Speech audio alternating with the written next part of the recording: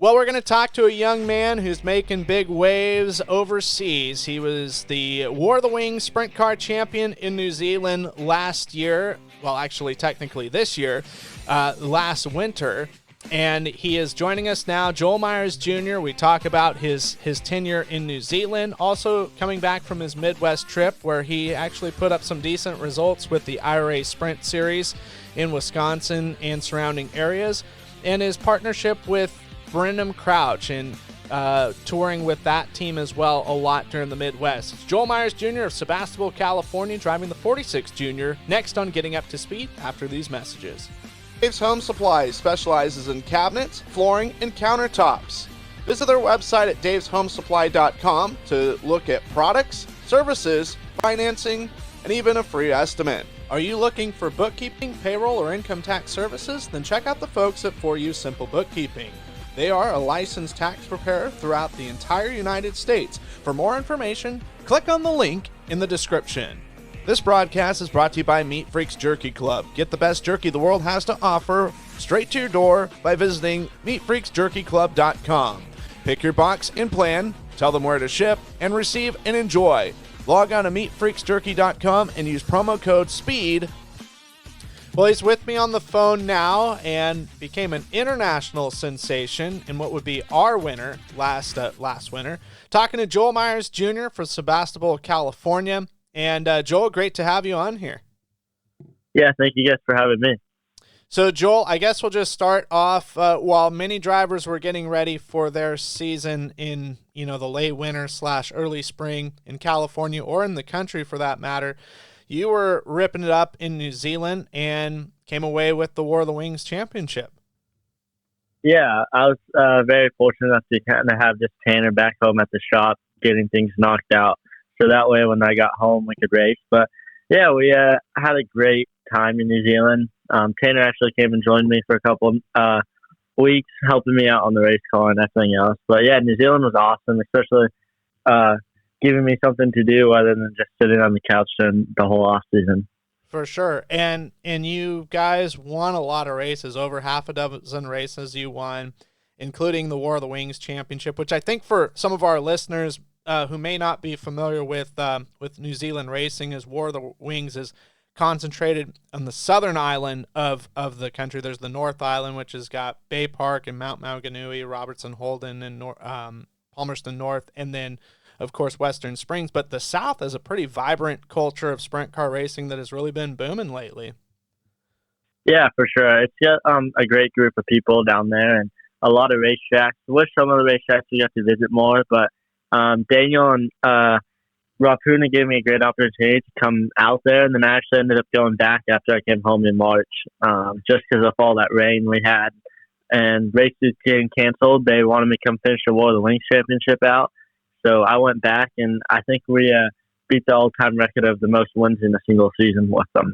That's awesome. And when he's referring to Daniel Anderson from Tayana, from the region of Southland, and that's where you stayed, right? And it was with Daniel, or was it in Christchurch area where Ruapuna Speedway's by? Yeah, I stayed with Daniel for it all. We did stay in Christchurch for a couple of weeks out of the time, just depending on how many races we had down there, because it is a little bit of a haul going back from Tiano to Christchurch all the time. Yeah, and I think you and I had this discussion where Daniel is, which is on the southern part of the southern island, pretty much, if I'm remembering my geography. You guys had to traverse some really, really, really long distances, even though it's an island, quote unquote. You guys had to go a long ways to go to some of the racetracks, even though they're on the same island. Yeah, like Christchurch was about 8-hour drive. It's hard driving those roads just because it's 2-lane roads everywhere you go. There's no highways or anything, so it does take quite a bit longer to get where you're going. And then Nelson is at the top of the island. You guys went there. That had to have been a really long drive. Yeah, it was about 13 hours, and unfortunately we got rained out the first night, so we only got one night of racing in that week, and drove 13 hours straight back to Tana. It was a long haul. Man, it takes about 13 hours to get from my house to Disneyland. So, wow, that's a long ways. Yeah. And for you, this was your first trip to New Zealand, correct? Yeah, it was my first trip. Kind of the first time going out there was kind of scary, just getting through customs and everything else. But I mean, when I went back, it was just kind of a breeze getting through all that stuff, and it's really nice out there, and can't thank them enough for taking care of it. Well, and how did that whole teaming up with Daniel Anderson come about? I know Daniel Anderson from his time that he spent here on the West Coast, racing some speed weeks, and then he'd come and run Dirt Cup occasionally. How did you guys get paired up with each other? Oh yeah, it was Dirt Cup last year. We had I had ran for Doug Roots a couple times last year, and came Dirt Cup time, and Doug came over to our trailer and goes, "You guys really need to meet these people." And his buddy ran for New Zealand, and we got to meet them through Doug, and just got to talking and everything else. And they actually came out to our area to visit the Cofords, and they came over for dinner, and we just kind of got talking more and more, and it all kind of got finalized as a deal. And I ended up over there racing. Awesome. That's really cool. And it seems like it's a lovely country. I mean, you see the cinematography in the Lord of the Rings trilogy, and just that's kind of where you guys were, is where not too far from where some of those filming locations were. Yeah, it was actually pretty cool. We got to do kind of like a flyover over some of the lakes, and they actually showed us where some of the filmings were. So it was really cool. You got to do a lot of sightseeing while we were over there, especially when Doug had came over. We did a little bit more because kind of just made more time for it. But yeah, it was just great sightseeing and everything else. I've seen a different part than just the USA. And how would you say, or what would you say is the biggest difference of sprint car racing there versus here in the United States? Is it pretty different or similar, but just with a little bit of a different twist? I just feel like you have a lot different tracks. They're not really flat and get really slick, where out here, we get a big curve and get quite a bit banking at most racetracks. So there's just a different driving style and different type of track work and everything else that they do. So it's really different there, but you do get some good guys like Jonathan races over there and some others. So it's definitely, a different level of competition too, but it's definitely great racing over there. Well, we fast forward, you have all your success in New Zealand, then you come back home. Right around 22 starts, 15 top 10s, 9 top 5s, and 4 podiums. How would you say 2023's went for you and your guys' race team of the parts that you've ran here in your domestic country? Yeah, we haven't ran a lot like we have in the past, but we kind of struggled the first right when I got back, and then decided after Dirt Cup that we were going to load our stuff up and head back east and just kind of experience that, something that we've always wanted to do. And we got the opportunity with Leighton and my dad and Brad Slender all together to go out there. And me and Tanner just got to live life back there, thanks, and stayed at Leighton's shop and house and everything else. And got to race all over Wisconsin and some places in Iowa, and got to visit Knoxville for the Nationals for the first time and experience that as a crew guy. And we got rained out at Peevely, which was a really big bummer. I really want to visit there, but it was really great racing out there. Then came home and struggled a little bit at Gold Cup, but just try and focus on coming up for Trophy Cup, get some 360 races in, and work on that stuff, and also hit Placer with Outlaws this week. Well, I was going to say, you spent a good couple months racing in the Midwest with primarily the Interstate Racing Association, as you said, based in Wisconsin. And you guys had some really good runs, 4 podiums, 2 of them at Plymouth Dirt Track and 2 at Wilmot Raceway, and even a second-place finish at Wilmot on August 19th, so not very long ago. Like, you guys seem to really find some speed, and for some of those races, you were able to put up some top 5s or even some podiums after having to come back deep. Yeah, qualifying hasn't been our strong suit at all this year, honestly. So it's just kind of like any other series out here. You qualify bad, you're kind of in a hole the whole night, and unfortunately, we qualified bad a lot. So we just kind of started deep in heat races and had to work our way through heat races or have a mishap in a heat race and get us to start deep in the field. And I think Angel Park, we qualified like 33rd out of 36 cars, and raced our way into the main event out of the heat race and started 20th in the main and worked our way up to 5th. So I feel like there was a lot of that and a lot of hard charger awards those last couple months out there, but I definitely had some speed and can't thank everybody who made it possible.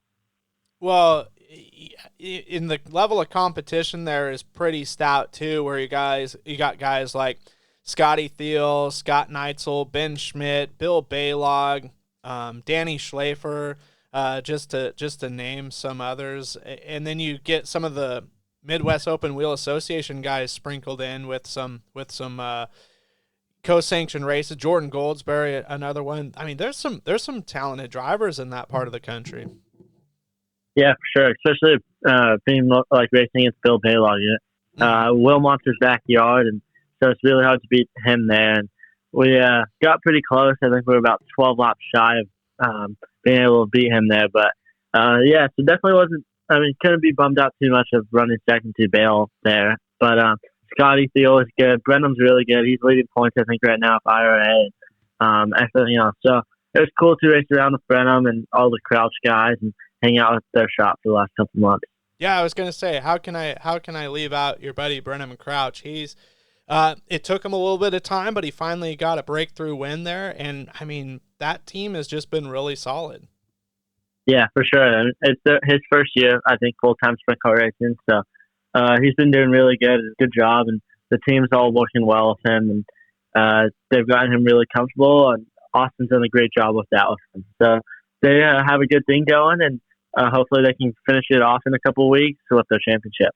Well, and I saw you at Knoxville helping Brenham out and everything, and you mentioned it was your first time at Knoxville. Even though you were a crew guy, how amazing was it to be there for that event?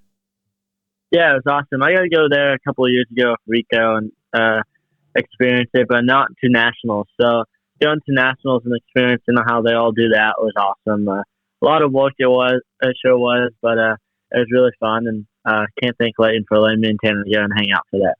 Yeah, no doubt. I mean, it's one of those deals.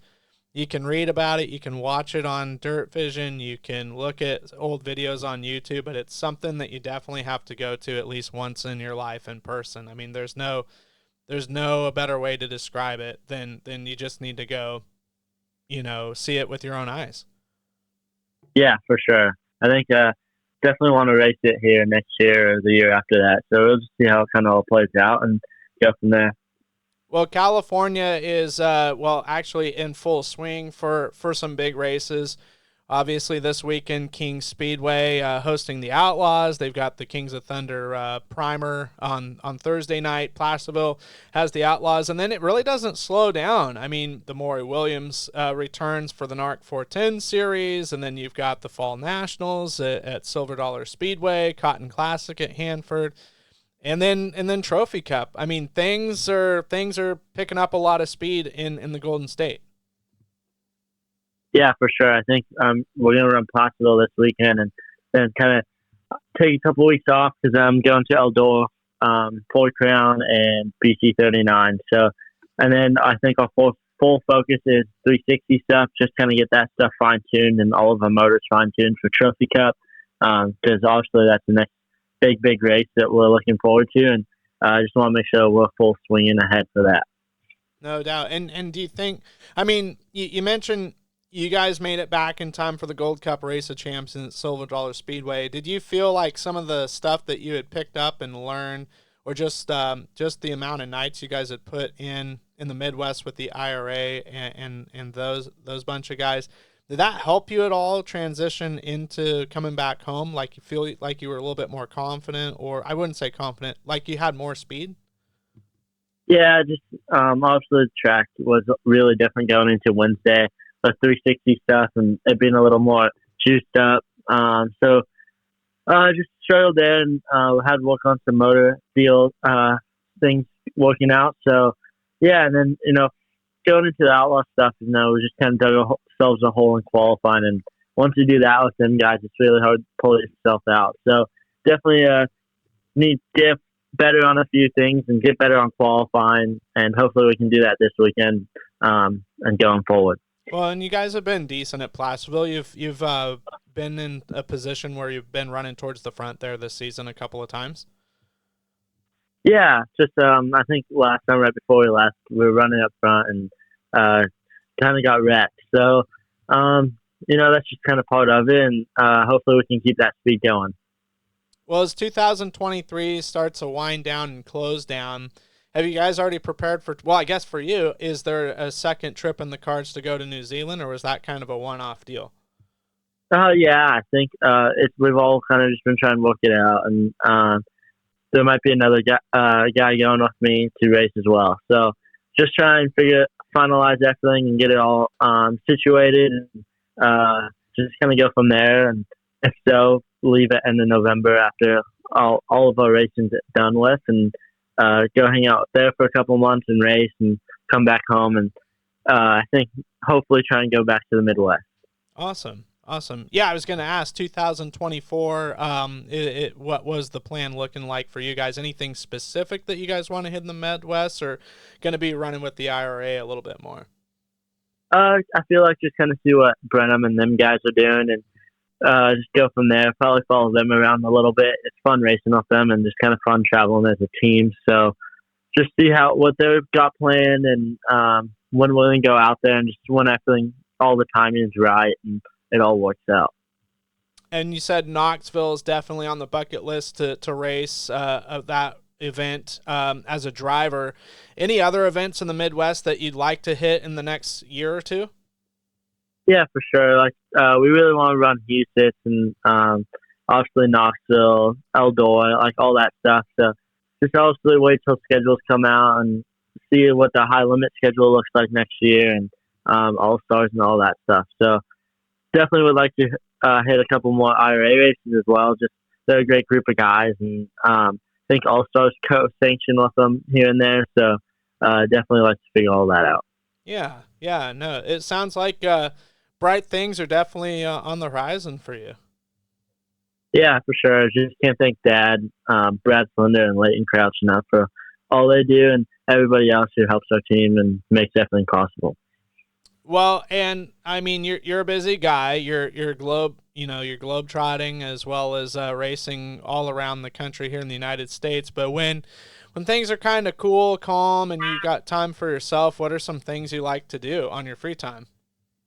It's kind of hard getting time, honestly, just because obviously I set up the race car right now and work on it with Tanner. It's kind of me and Tanner, and Dad goes on with us during the week and helps us fuel the motor. But whenever we're free, I'd like to go to like Top Golf or something and mess around.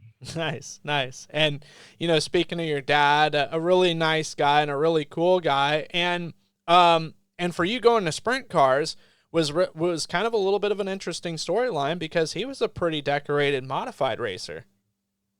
Yeah, for sure. He ran modifieds forever. And we actually bought me a modified before we even thought of sprint cars. And unfortunately, some things happened where we ended up never seeing the modified. So then I guess it all worked out. We ended up sprint car racing, and definitely glad we ended up sprint car racing over modified. Yeah. Well, I remember the first time I saw your dad, was at Red Bluff one year, but like a couple weeks later, my wife Stephanie and I, we were dating, and you guys were obviously friends and close with each other. And we went to Petaluma. It was opening night 2017, and I think it was an open trailer. You'll have to correct me. It was an open trailer, and I look over, and it's like, oh my gosh, that's Zane DeVilbiss is here, kind of thing. And she's like, and Stephanie's like, who's Zane DeVilbiss? I'm like, man, this guy, he's like a national champion with IMCA, all this thing. Well, it was your dad. Your dad, I think, had gotten a couple cars from Zane.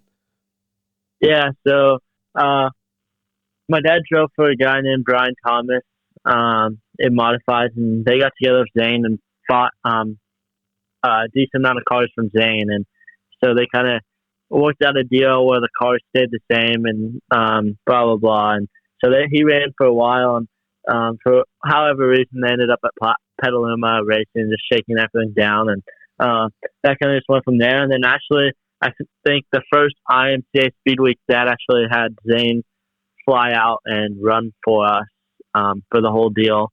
And yeah, so him and Zane were pretty close at it one time, and Zane raced for him, and Dad also bought a lot from Zane, car-wise and everything else. Yeah, no, I remember because 2020 they had the first California Speed Week for IMCA, and Zane was there. Zane was at the drivers' meeting, and I think I was talking to his dad just about, like, do I have all of his accolades correct? And I was just kind of going around the car and just making sure I had the right sponsors. And then I'm like, hey, I just want to double check with sponsors. Fire away. You know, somebody's working underneath the car. And I said all the sponsors, and they're like, put All About Protection on there. I'm like, oh, that's interesting. I know somebody who's sponsored. Joel Myers Jr. is sponsored by that. He goes, I own the business as your dad. So that was kind of our probably like our second interaction with each other. But it was kind of cool how, you know, I been a part of sprint cars for a lot, and that time I was transitioning heavily into IMCA, and I was still able to have some connective tissue with some sprint car people. Yeah, for sure. Dad was always a modified guy, so when he kind of slowly started getting out of the race car, he wanted Zane to drive for him. So that they just kind of all worked out a deal where Zane came out and ran. So they were supposed to run a little bit more, but I think some things just fell through and didn't go their way. So yeah, but I mean, Zane is a heck of a modified driver, and there's Dad's one goal of getting him to drive. Yes, super cool, and obviously you guys have made the transit. I mean, he's made the transition to sprint cars very well, and I know that I think when you were first starting, you were getting a lot of help from guys like Willie Croft, which was cool to see. You know, for somebody like him to take the time to help you guys out. Yeah, for sure. Like when we first started, Jimmy Van Laer kind of helped put everything together. Was Zach Middlebrooks.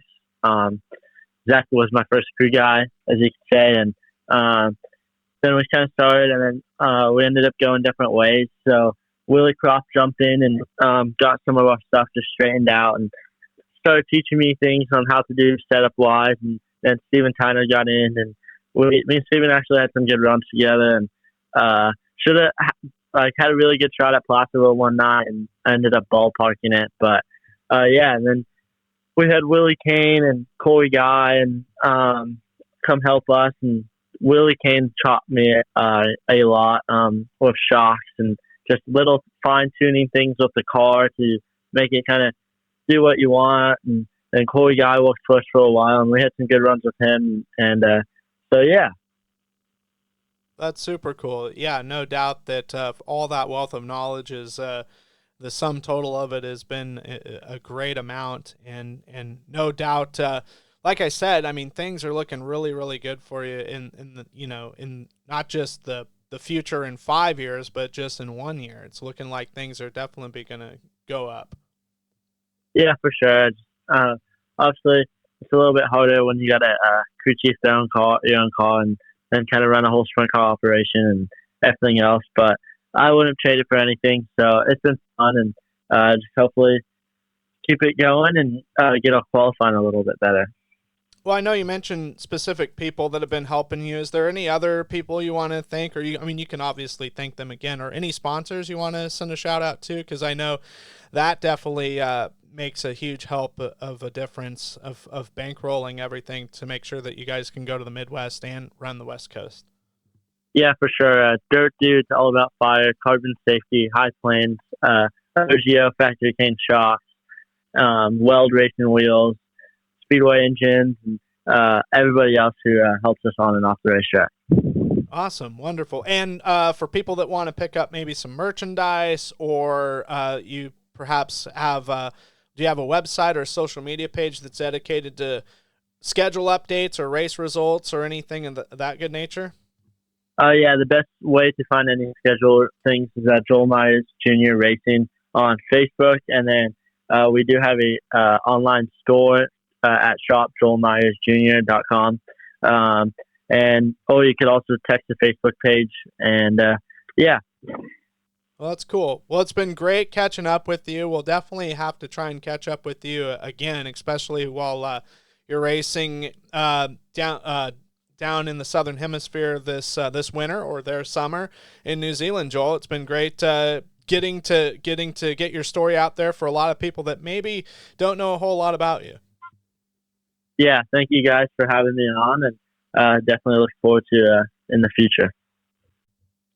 Well, that is going to do it for this interview. We hope you enjoyed it. Be sure and hit the like and subscribe button on whatever platform you found this interview at. It really helps us grow the channel, and we greatly appreciate it. In the meantime, we'll be back with more content and interviews in the future.